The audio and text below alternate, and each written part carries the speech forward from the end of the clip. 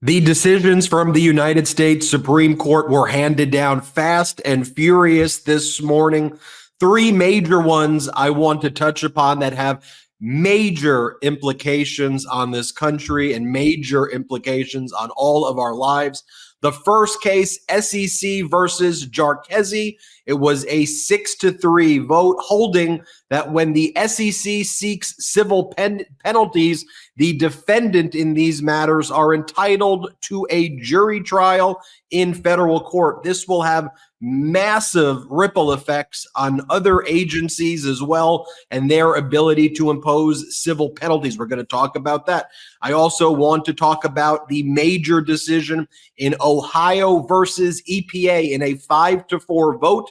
The right-wing majority blocking the EPA's good neighbor rule restricting upwind states' ozone emissions, and that inadvertent disclosure of the EMTALA case, Moyle versus U.S. allowing abortion care as emergency care in hospitals in response to the Idaho total abortion ban that was finally officially released. Who else to talk about these matters other than Mike Sachs, law and politics correspondent here on the MeidasTouch Network with a specialty in really getting into the weeds on these Supreme Court rulings. Mike, welcome to the show. Let's talk about it. Yeah, Ben. So I would say that I don't just have a specialty of getting into the weeds, but also broadening out so your viewers can understand what's going on right now with this current court. And what's happening with the cases you cited, especially the Jarkesy case, the SEC case, and the EPA case brought by Ohio, is part of a broader project to what the Trump administration, its former officials, and those behind trying to get it back in power called deconstructing the administrative state. The effort here is a well-funded effort by right-wing dark money groups to make sure that the federal government, when it's under Democratic administrations, cannot regulate industry. So their targets are, of course, the Securities and Exchange Commission when it comes to securities fraud, the CFPB, which was, of course, set up under the Obama administration as a brainchild of Elizabeth Warren to regulate predatory lenders, and the EPA, which has also been a long-time bête noire of industrialists that want to pollute at will. There's also the Occupational Safety and Hazardous Administration, which regulates workplace safety. All of these organizations, almost going back nearly 100 years, even to the Federal Trade Commission, have long been under threat from organizations that are well-funded and litigants with funding by these organizations and by these moneyed interests, whether it's the Koch brothers or Leonard Leo's web of dark money networks, to knock out these organizations so that the government cannot regulate those who want to profit off of our lack of health and safety. Okay, so with that broader understanding, we also should know that this Supreme Court was assembled for the express purpose of fulfilling that project. Now, pretty much every other judge that former President Trump put on the lower courts also shares that purpose. And in the Fifth Circuit, where the the SEC versus Jarkesy case came out of, that's what I call the YOLO MAGA court, where the judges there are aggressively using every nuclear bomb in their arsenal to blow up this administrative state. Executive agencies meant to protect our health and safety and protect us from fraud. And the Fifth Circuit in this case did as much and used very old and very destructive doctrines that the court hasn't touched, that even this Supreme Court hasn't touched since 1935 to blow up the SEC. And with it, probably about 24 other administrative agencies that use in-house administrative judges to effectuate its rules and enforce civil penalties against those who, say in the SEC's case, commit securities fraud. The Supreme Court took this case to affirm what the Fifth Circuit did on the bottom line. They want to make sure that the people who are committing securities fraud aren't prosecuted as vigorously, or rather can't be prosecuted as vigorously, because they know that these agencies don't have the resources to go into federal court to do so. That's why they bring in these more efficient administrative law judges that, under long-standing Supreme Court precedent, has been seen as constitutional. because these agencies like the Securities and Exchange Commission are enforcing what are called public rights. That is, rights that are vested by the Congress to enforce injuries against the United States itself. The United States protecting its own interests on behalf of the people, like again protecting the integrity of our securities market, which belongs to all of us, and therefore inheres within the United States' sovereign prerogative. So, the long time effort to get to knock out these regulatory efforts came to fruition at the Supreme Court today, not in a decision that uses these nuclear bombs on the administrative state, these doctrines that haven't been used since the 1930s, but rather through the Seventh Amendment, with a very reasonable and at first like attractive understanding that if the federal government comes after you with any kind of for breaking a law, then you as a defendant should be entitled to your day in court under the Seventh Amendment's constitutional guarantee to a jury trial. But since the 1820s, 30s, 40s, the Supreme Court has held that in cases where the United States is its own interest, non-criminal trials where civil penalties are at play, then Congress can set up these tribunals outside of Article III courts. Article III is the provision in the Constitution that sets up our federal courts. That the executive can have its own adjudications in order to ensure the integrity of our public rights. And this is unbroken. And this very question was put forward to the Supreme Court in the late 1970s. And the Supreme Court said, yeah, these things are fine. Unanimous, 1977. These kinds of administrative law judges are fine. But that wasn't fine with the right-wing legal movement that was already burgeoning then, that wanted to take out the administrative state. And today, the Supreme Court in this Jarkesy case used the Seventh Amendment, which again seems in this case seems, like it makes some sense until you get into the guts of the thing, and then it doesn't. It becomes a power grab, as Justice Sotomayor said in her dissent, by judges who are saying, we know better than Congress and the executive, who use their own coordinate powers, their constitutional powers, their co-equal powers to set up this system. And there's another judicial power grab by the Supreme Court in order to further the interests of those who just don't want to be regulated in this country, and they have an ideological vision against it, and they've captured a Supreme Court that'll do its bidding. That's what we saw today in a 6-3 case with a supermajority in control. So they had options. The right-wing Supreme Court that wants to totally abolish agencies and any aspect of regulation from the administrative state. They could have went with the nuclear option and just basically said, we don't think agencies in general have any power even to regulate these areas. That would have attracted major headlines, and people would have been like, oh crap, look what they did. So what they are trying to do, and this is why our breakdowns are so important, they did something perhaps equally as damaging, but they injected this poison pill, had us all rally around a concept that we all somewhat should agree with. There should always be trials by jury. What's the issue? Jury trials matter. Well, we're not talking about criminal cases. We're talking about civil enforcement against like securities fraud and other people who violate regulations of the government. Not criminal. We're talking about civil enforcement matters. And by injecting this poison pill, and then by Congress not sufficiently funding the agencies are not going to have the ability to put on jury trials. So it basically destroys all of their ability to enforce the violations of their regulations without the Supreme Court making that ruling so direct. But the impact is the teeth that any agency has to stop fraud or to stop environmental issues or violations, it's been taken away because they don't have the ability to bring in jurors. They're not set up for that. And let's not forget, Ben, that all of these statutory schemes, like the person can appeal to a federal court. That's in fact what happened here. So if the administrative law judge at the SEC says that no, you do have to pay this civil penalty for your fraud, Well, you can go to if you could go to a federal court and say that judge got it wrong. So it's not as though federal courts were out of the system.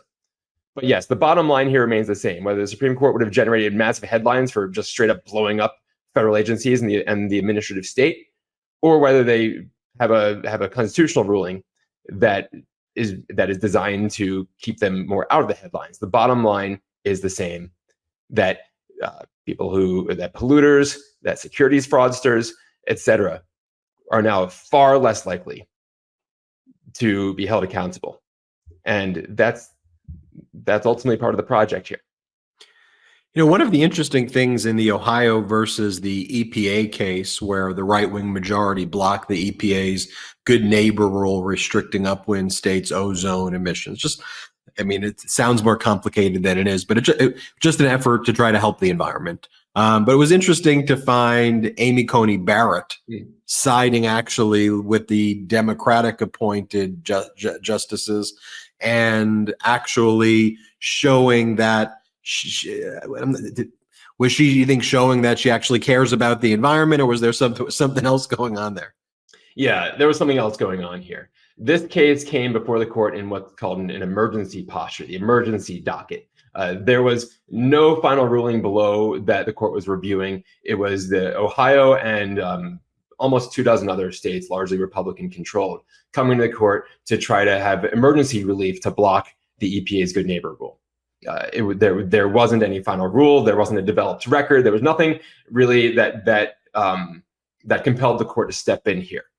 And we've heard a lot about the shadow docket. That's where the court, especially during the Trump administration, but also in the Biden administration, went on a spree without argument, without full briefing, just approving everything Trump wanted and blocking everything Biden wanted, usually by a party line vote.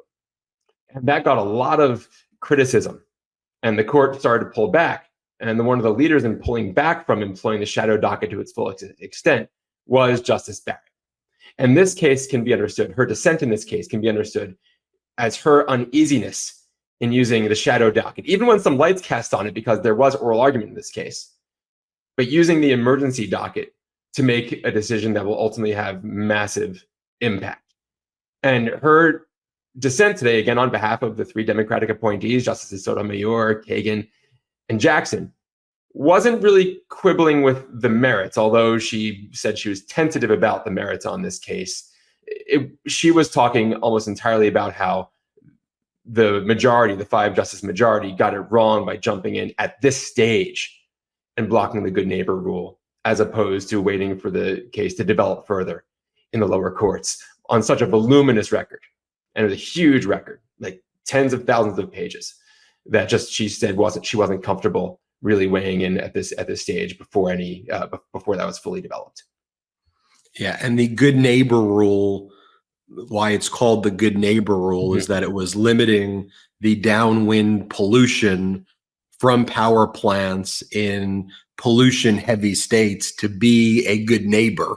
And that's why it's called the good neighbor rule. And that's what the right-wing Supreme Court is basically permitting the pollution to not be. I mean, it's just some basic stuff like you want there, like you add up all of these cases together and it is really a dystopian nightmare from, what they're doing on guns, what they're doing on reproductive rights, what they're doing when it comes to pollution, what they're doing with allowing fraudsters to get away. And it's like, you've either lost the plot or your plot is to really turn this country into the exact, and I think you said it best yesterday, all of your projection of what you claim to happen is what you right-wing Supreme Court justices are actually doing to this country. Final thing I want to talk about briefly, we covered it yesterday in the sense of the inadvertent disclosure, but the Moyle case from Idaho, we now have confirmation of that ruling. Can you briefly talk about that? Yeah, I didn't run a formal red line between what came out yesterday and what happened today, but they're virtually, if not entirely, exactly the same. And the Supreme Court said that they shouldn't have taken the case in the first place that was over the conflict between the federal law that requires emergency room doctors in hospitals that take federal funding to perform stabilizing abortion care to patients with serious health risks. The conflict between that law and Idaho's and Texas's also flat out straight abortion ban, except with a life exception if a pregnant patient's about to die. And this seemed like these two things were, these two statutes were at complete conflict.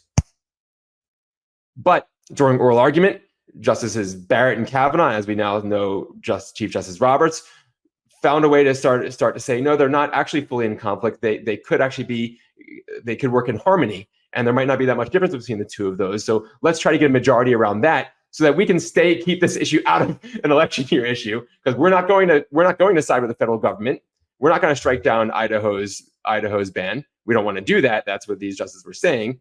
But they didn't want to side with Idaho in the middle of an election year in a decision that could further fuel the backlash against the Republican Party's project that we saw happen when they overturned Roe versus Wade and Casey in the Dobbs decision 2 years ago. And with the midterm since then, and every pretty much plebiscite since then, has brought the anti-abortion movement politically much loss.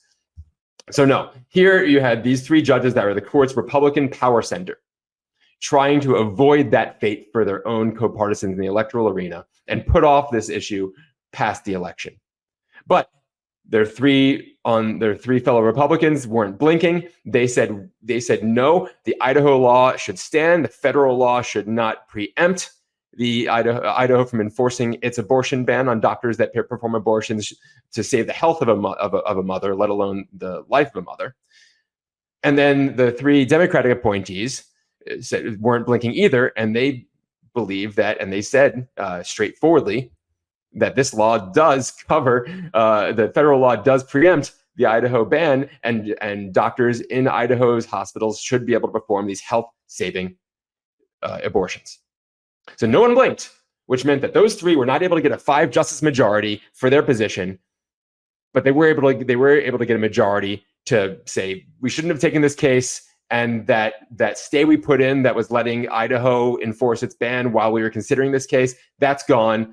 The federal law EMTALA now controls in Idaho, and we will see what happens with this case as it goes on. Now there's another case coming out of Texas that the Supreme Court's still considering that presents a similar issue. And there are women across the country that are still waiting for certainty on what's going on here.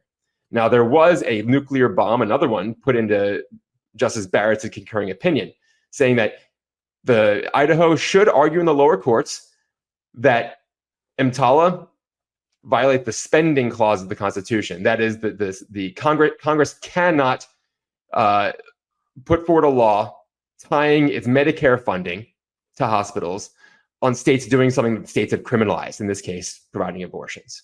That goes against all precedents right now. And if this comes back to the court and the court takes that question, there are 6 votes on this court of its Republican supermajority to side with Idaho on that. And with the added bonus, not just of letting pregnant patients and women in Idaho have to be airlifted out to avoid doctors getting prosecuted for performing health-saving abortions, but with the added bonus of crippling Congress's ability to pursue social safety net legislation, because the spending clause is what's under Social Security, what's under Medicare, under Medicaid.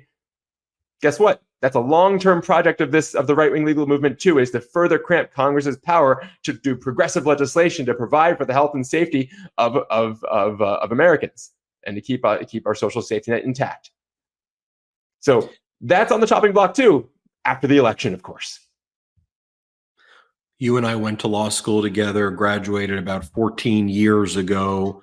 In our con law classes, when we were taught about precedent, when we were taught about the stability and the functioning of our systems, I would never have imagined that 14 years later, we would see a total deconstruction of quite literally every single thing we were taught, so that if we were to answer our con law questions with what's happening today, we would have gotten an F back then, because that's the exact opposite of what it is.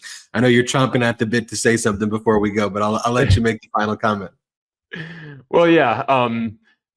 I would have disagreed because I spent my time in the library stacks as opposed to really listening in law school, and I knew that nothing was about doctrine. Doctrine was all window setting for the politics, personalities, and preferences of the various justices that have sat on the court during different political eras. And we're seeing this come to fruition. This was apparent early on in the Roberts Court, right when it came to power, when Alito and Roberts joined. There was a hard right-wing turn in 2007, which is when you and I entered law school. And it's only accelerated since because of accidents of history and anti-democratic electoral college issues that got us to the court we have now. But it was part of a 50-year-long project to obtain this court. And I saw this, I don't mean to brag, but I saw this coming. And I spent my journalistic career trying to track, and having people understand that the court is political. It exists in the political system, and it needs to be understood as much, whatever side you agree with or not.